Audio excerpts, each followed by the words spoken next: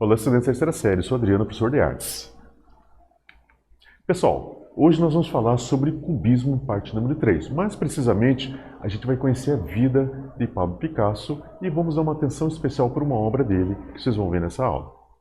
Conheceremos Pablo Picasso, um breve resumo sobre sua vida e sua obra. A gente vai entender, gente, como muita gente fala assim, a pessoa faz uma arte ali abstrata, uma arte com um monte de coisinha simples, o cara não sabe desenhar. Essa aula vai provar para vocês que, tecnicamente, ele sabia muito desenhar, ele era muito bom e ele fez isso por livre e espontânea vontade. Essa simplificação da forma foi algo dele que ele quis trazer muito mais expressão e essa aula vai falar para nós sobre isso. Então, fazer uma obra com traçado não tradicional significa que o artista não sabe pintar ou desenhar? Será? Que de repente eu não faço uma obra tradicional, quer dizer que eu não sei desenhar? Tá vendo essa obra ali do lado, gente? Isso é um estudo que ele fez numa academia de arte. Ele tinha de 13 para 14 anos de idade. Olha o grau de perfeição. Isso foi feito o quê? Foi feito no artístico, ou seja, o modelo posou e ele fez a pintura a óleo ali. Só para vocês entenderem o que é a pintura a óleo, gente. A pintura a óleo, você pega a tela, faz o esboço a lápis, você começa a fazer o preenchimento a partir do fundo, aí você vem vindo do personagem, vem pintando o personagem. Você vai fazendo primeiro as sombras, reflexo, luz. Depois disso, você vai fazendo detalhamento. Então, ele fez tudo isso. Ele tinha que fazer tudo isso num tempo de modelo, que é um tempo de 1 hora de aula. Então ele fez isso mais ou menos 1 hora e meia. Essa é a concepção. Uma pessoa que sabe desenhar, ela faz isso. Então ele sabia desenhar e pintar. 2. A pintura pode ser um protesto aberto que transmite uma linguagem universal sem necessidade de tradução? Vocês acham que a linguagem visual, uma pintura, precisa que tenha uma específica língua para poder traduzir? Você acha que a linguagem de uma pintura ela pode ser universal? Qualquer povo pode enxergar aquilo e saber o significado real? Essa aula vai falar para nós. Considerado o mais importante artista do século XX, criador de um dos movimentos artísticos mais marcantes da história da arte, Picasso, 1881-1973, desde cedo em sua casa já tinha influência paterna, sendo seu pai um professor de arte. Quero lembrar uma coisa para vocês, ele nasce em Málaga, lá em 1881. Cidade pequena, e ele desde pequeno, eu não sei se vocês sabiam, mas ele era dislexo, ou seja, o Picasso ele tinha uma certa dificuldade na concepção das letras, então ele demorava um pouquinho para poder ler alguma coisa, e quando chegava informação para ele, ele fazia processamento, mas não era na mesma velocidade que uma outra pessoa, ou seja, ele tinha suas particularidades. E o desenho foi uma fuga para ele, porque ele conseguia se expressar. Ele expressava numa rapidez muito grande, então ele conseguia se soltar desse momento. O pai dele era professor de desenho, então desde uma tenra idade ele já tinha esse ensinamento do pai. O pai estava preocupado exatamente com a educação formal dele, mas também estava preocupado com a educação artística dele. E ele, por si só, ele tinha uma certa barreira à educação formal. Ele já queria, o Picasso desde cedo, ele queria já se dedicar exatamente à parte de arte, que ele já via isso como um modo de vida para ele.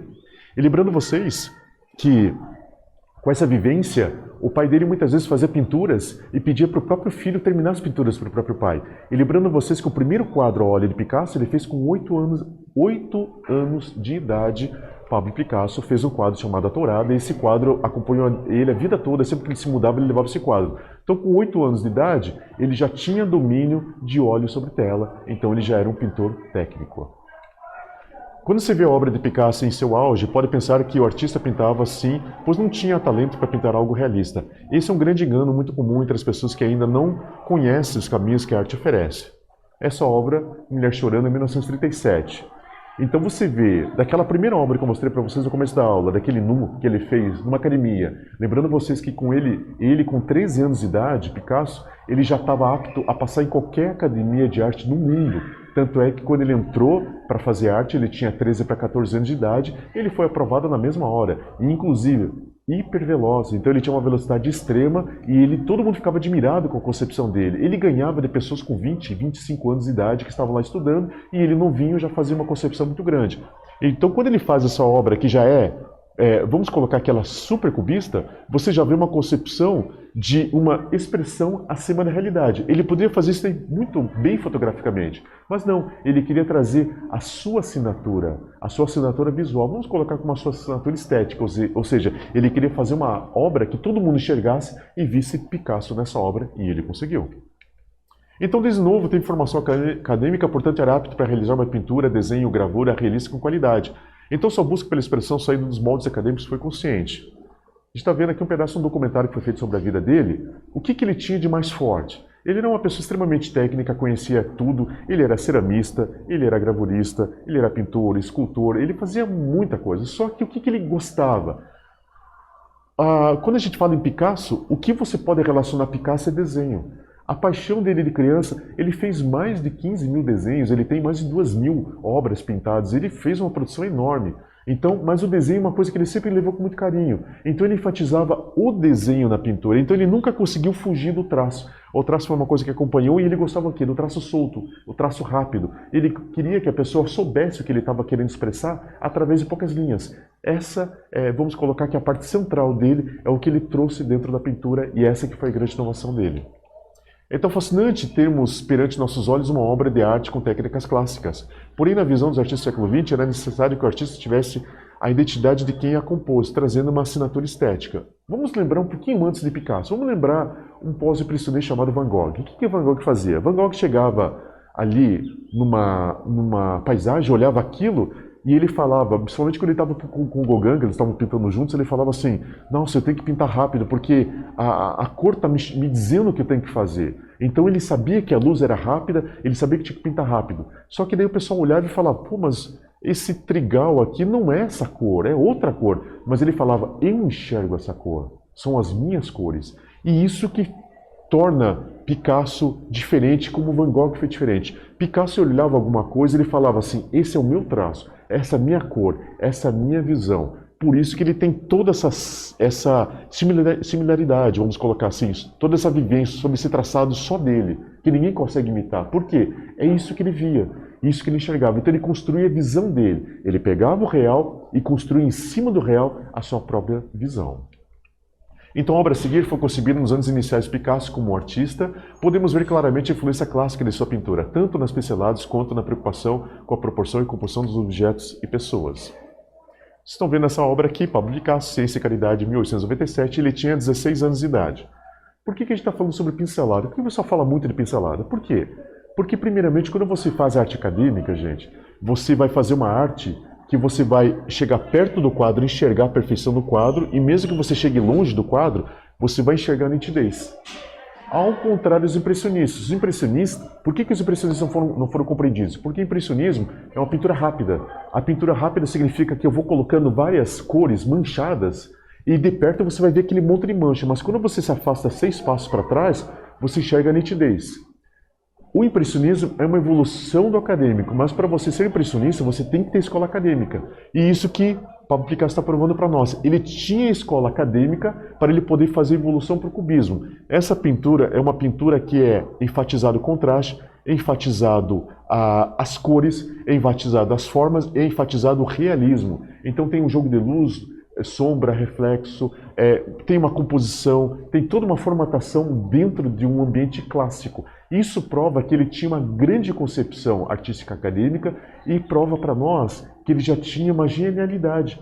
16 anos de idade, pintava como profissional, como qualquer pintor clássico. E mais uma coisa, ele ia lá no Museu de Madrid, no Museu do Prado, ele ficava fascinado com grandes mestres. Então ele admirava os grandes mestres antigos, mas ele também tinha essa cabeça na modernidade. Então, sua imensa produção artística estava dividida em fases de acordo com as cores e temáticas. Nós temos, então, vamos colocar como 5 fases dentro da vivência do Picasso. Nós temos uma fase azul, 1909-1904, uma fase mais triste, eu vou explicar para frente. Fase rosa, 1904-1906, é uma fase dele apaixonado. Nós temos a fase que é o período africano, ou cubismo cesariano, ou ainda protocubismo, que é 1907 1909, é no momento que ele faz a experimentação. Ele começa a lançar a base do cubismo. Nós temos o quarto fase, que é o cubismo analítico, quando ele já está com essa questão do cubismo mais forte, assim, mais maduro, ele já começa a inovar dentro do cubismo, e quando ele vai para o cubismo sintético, número 5, né, que é 1912 a 14. É naquele momento que o cubismo ele começa a cair, sair fora do controle, e ele traz o cubismo para o controle novamente, trazendo novamente para a figuração. Ok? Vimos bastante coisa, gente, muita informação, mas eu vou fazer uma perguntinha para vocês. Cite as fases artísticas de Pablo Picasso. Não cite todas, cite para mim pelo menos 2 fases, que já está legal. Eu fico aguardando vocês. Manda a resposta para mim. Até daqui a pouquinho.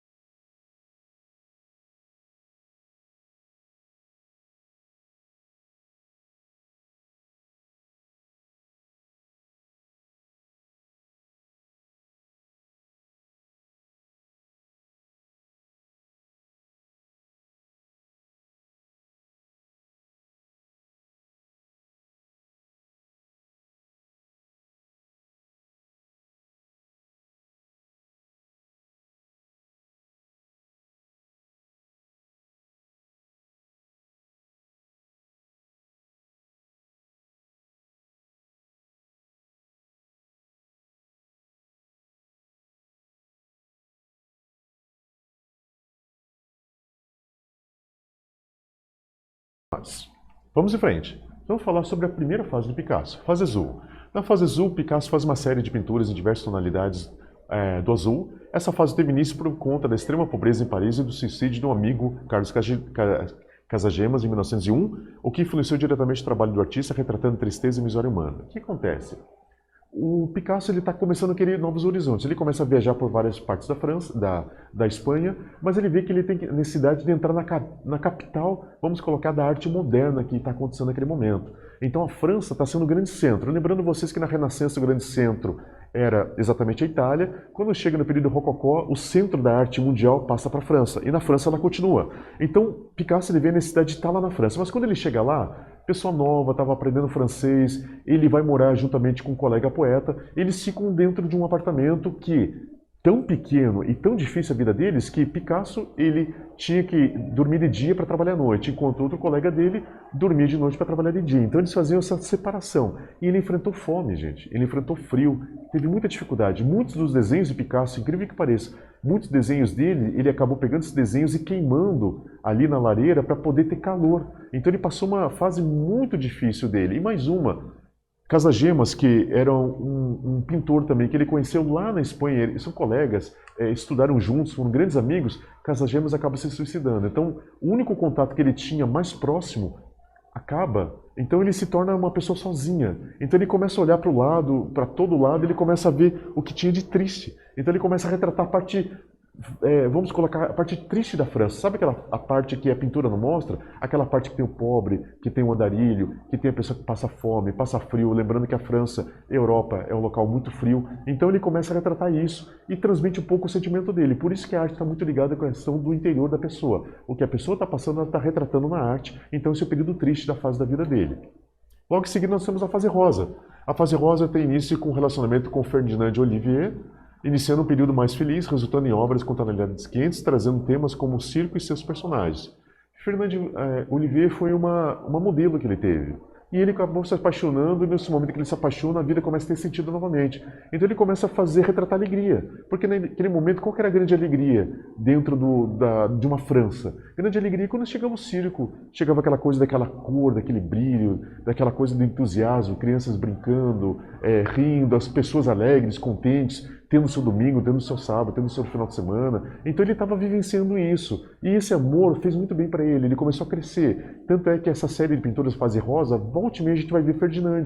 E, inclusive, se não me engano, Ferdinand ela está lá no La Demoiselle d'Avignon. Então, se não me engano, ele é uma das figuras. Da biografia dele, ele dá uma pista dizendo que ela está lá. Então a gente vê que isso faz com que ele mude a vivência dele e comece a abrir muito mais o coração dele e comece a ter espaço para aquela fase que vai surgir agora, que é a fase africana, que é aquela fase que ele vai mudar a concepção de arte dele.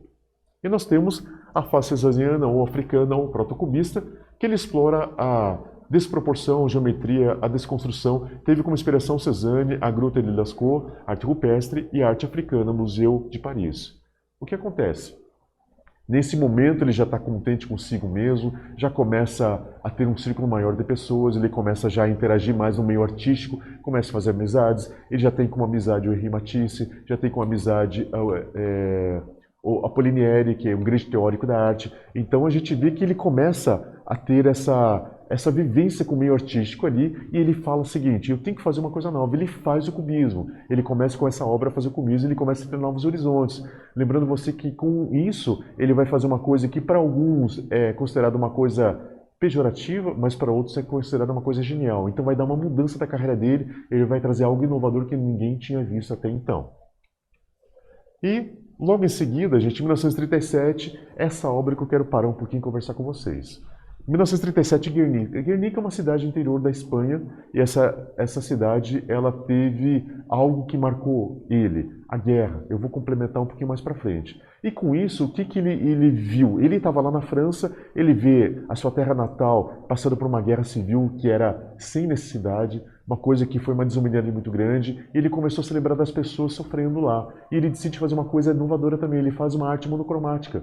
Ele faz uma arte monocromática trazendo sofrimento.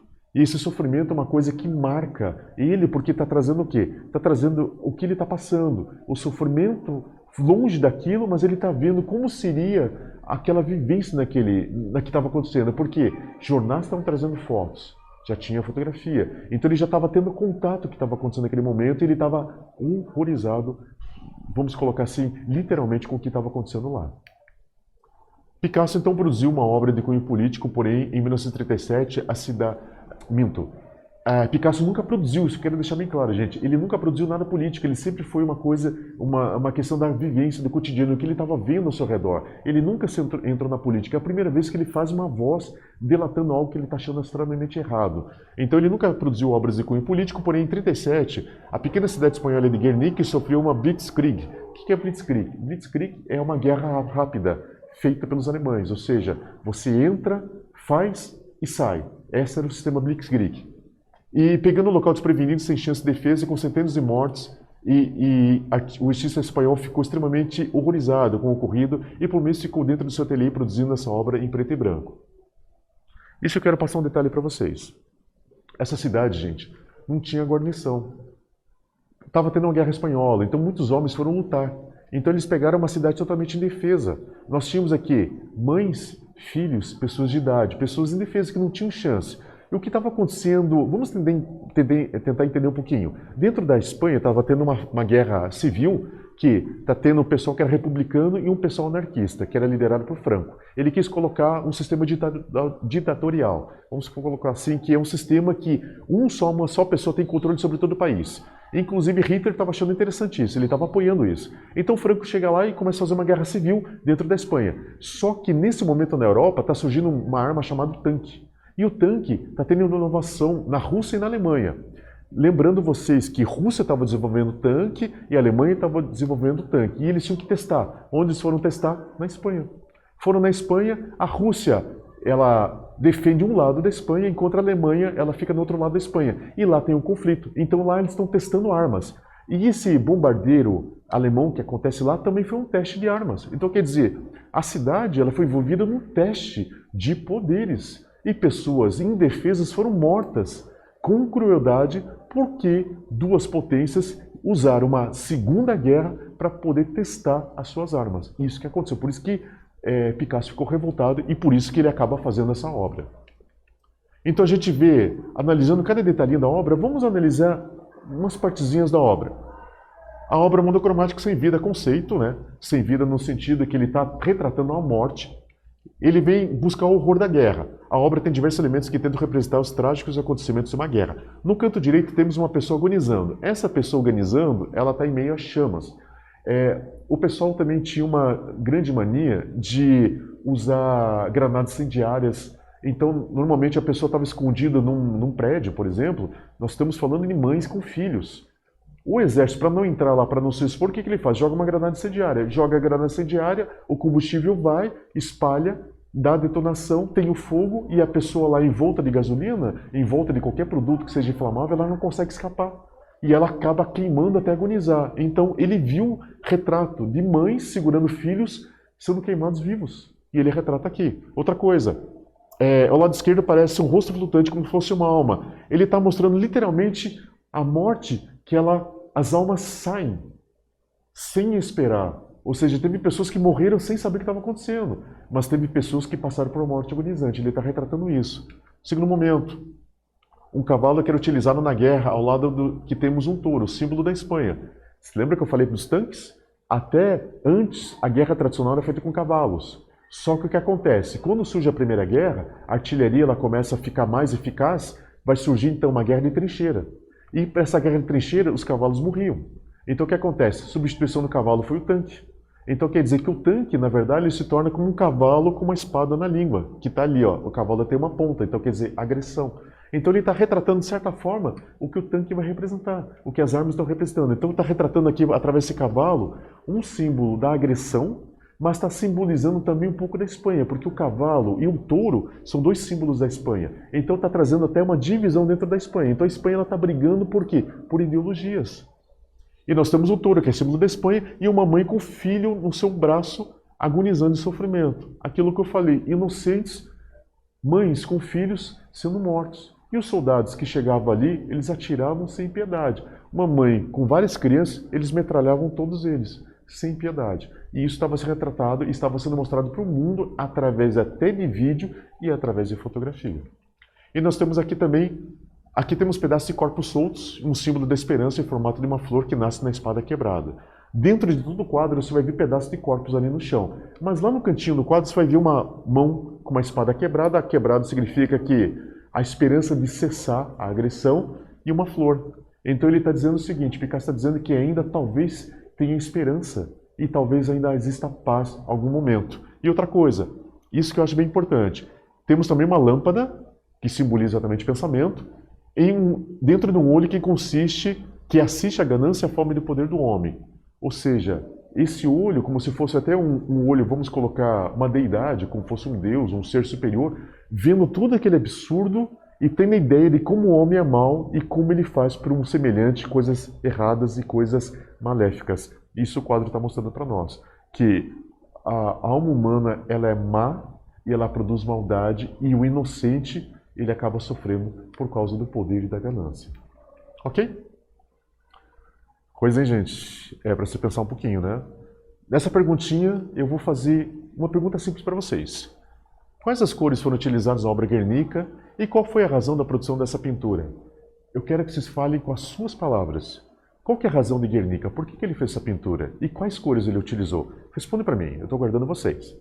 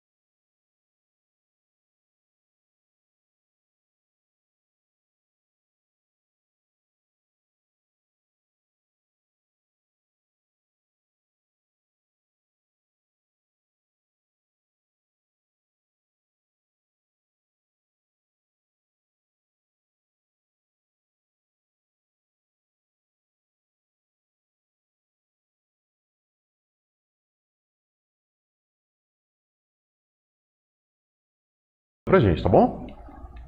O que nós vimos hoje, pessoal? Conhecemos um pouco da vida da obra de Pablo Picasso, suas fases, sua busca expressiva em sua arte. Então a gente viu como ele teve um desenvolvimento. Então dentro da sua vida pessoal, que ela é retratada exatamente na sua obra, a gente vê que tem aquela fase triste, azul, tem uma fase apaixonada, rosa, tem uma fase que é o começo do cubismo, aquela descoberta, a fase africana ou protocubista. Nós temos uma segunda fase que é analítica, que é aquela coisa da cubismo já como linguagem certa. Nós temos a fase sintética, que é aquela busca da figuração novamente. E nós vemos a obra Guernica. A obra Guernica é o primeiro momento que ele se levanta e traz uma voz política. Ele fala sobre o erro do ser humano, mas ele traz uma linguagem muito direta, muito forte e faz com que as pessoas pensem se vale a pena lutar através do poder da ganância humana. Ok? Pessoal, espero que essa aula tenha sido bastante proveitosa, tenhamos visto bastante coisas e nos encontramos na próxima oportunidade. Até! Tchau, tchau!